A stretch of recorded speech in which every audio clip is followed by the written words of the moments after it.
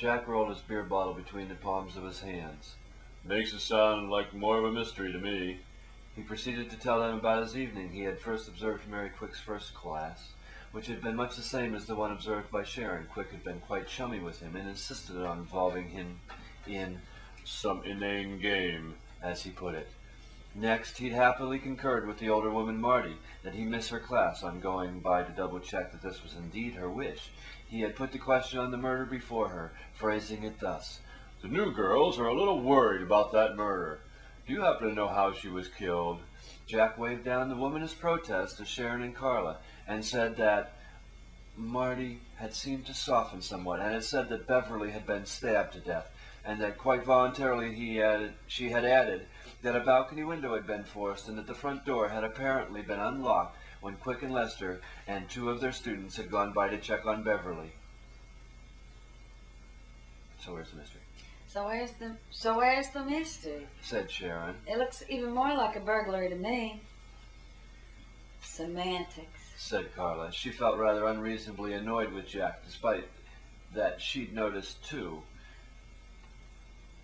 Being stabbed is not precisely the same as having your throat slit. Oh, brother, that's cutting it mighty fine, said Sharon. Only in the second case, said Jack. Screw you, said Sharon.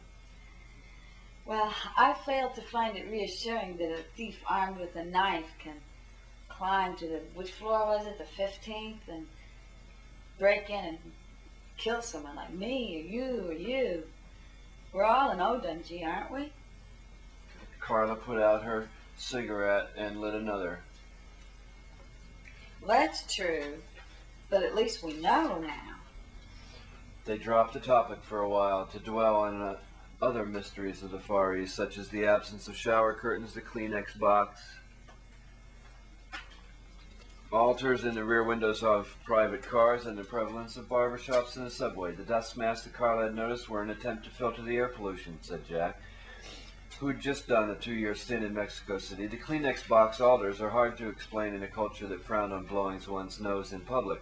Likewise, the many barbershops in a nation of men who didn't grow beards if they wanted to. As for the shower curtains, there just weren't any. Like sheets, said Sharon ruefully, who hadn't brought her own. After several more rounds of OB, they left and boarded the subway. At this hour, only half filled, a few businessmen nodding off over their briefcases, a few art students clutching portfolios, a group of housewives staring bluntly at the threesome. The conversation again turned to the school. Fanny, said Carla. Such a cozy nickname for such a cold fish. Fish, said Sharon. I don't want to talk about fish. Oh. Remembering 7 hours of watching Nicole behind Benny's desk. Remind you of No Eyes? Said Jack. Hardy har. What about your flatmate there? What did Eleanor call him? Babyface? Babyface Nelson. Doesn't sound too good to me. They're all kind of menacing, aren't they? Like, Did you see that guy, that Lucci guy, that Lucci guy put on his gloves? Gave me the creeps. Sharon laughed. And did you catch what he said? At least they're not after me. What did that mean? And he said, glad to have you, to you. Have you for what? I wonder, said Jack speculatively. My favorite was Patsy. That face, the chin. Did she have an accident with a pencil sharpener or what? Carla cackled. She's lethal. She ran at you with her face. You'd be done for. Shrieked Sharon. Fiendishly clever, enthused Jack. And no embarrassing weapon to dispose of. A quick swipe of the washcloth, and there goes the evidence. They piloted the Champshill station. The little shops were all closed, which had a deconfusing effect to the maze. Luckily for the threesome, and they made it up out of the proper exit and into the night. Carla was uncertain for a moment. I'm sure there weren't so many of these damn tents this morning. Where did they all come from? She mused as they walked huddled together against the biting cold past one orange glow after another. Back in the complex, Carla and Jack dropped Sharon off at Building 514, which for some odd reason was right next to Carla's building, 535, whereas Jack's building, 515, was, he said, another 5 minutes walk. Another mystery, they decided. Before Sharon went in, they agreed to get together the following day and do something. Oh, it'll be fun, y'all. I didn't want to go out alone, but I couldn't handle another day with... No eyes, said Jack helpfully. Sharon punched him in the arm. You bastard. She said. Jack rubbed his arm as Sharon turned and went towards the entrance.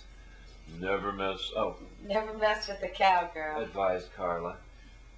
She and Jack paused in front of her building and observed the glass booth inside which the Korean concierge slept soundly, his face in his arms. You'll certainly be safe with him watching the door, said Jack. Yes, sir, I'd hate to be a robber that crossed his path. Do you think he's alive? Asked Carla.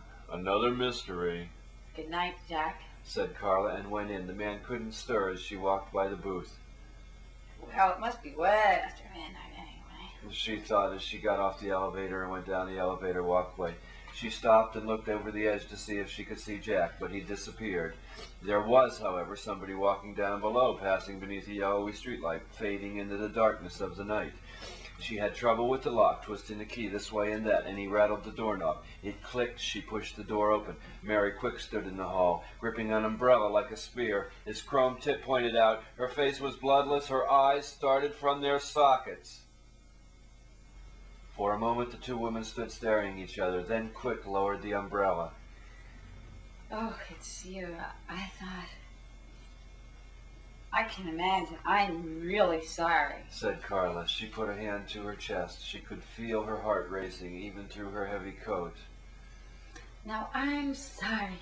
I just thought for a minute it was somebody... We'll have to work out some system so we know who's coming in. Quick's voice trailed off. Been just as scared. But I probably wouldn't have had the presence of mind to defend myself. She locked and chain-bolted the door as her roommate drifted back into the living room. Carla tugged off her boots and followed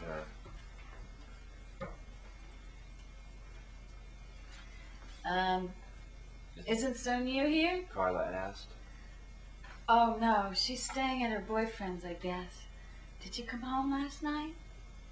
I don't think so.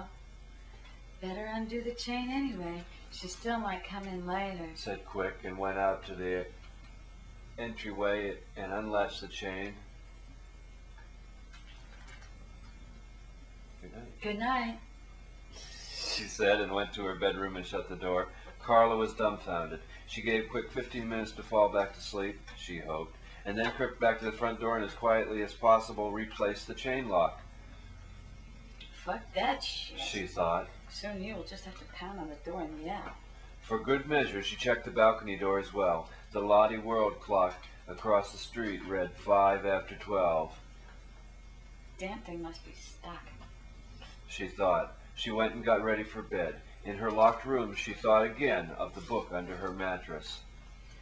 No, she thought.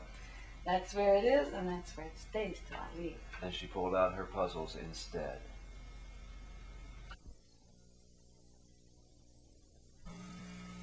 Well, see y'all tomorrow, said the pale-eyed woman as she and the elegant man departed. Oh, everybody cleared out of here early tonight, the curly-haired woman said. She sank into her chair and pulled a bed bag out from beneath her desk. I wish I could leave now, but I've got a million things to do. The older woman arose, put her paperwork away, and locked her desk. Hid her cigarettes into her purse and closed the clasp. She ground out her cigarette and put it on her coat at the door. Night, see ya! The only reply was the sound of footsteps retreating. An hour later, the smoking room light was flicked off. Shadows slumbered into the gray shapes of vacant chairs. The bare silhouette of a coat rack stuck out across the soot dark wall. Another frozen second nicked the inky, empty air of a long Korean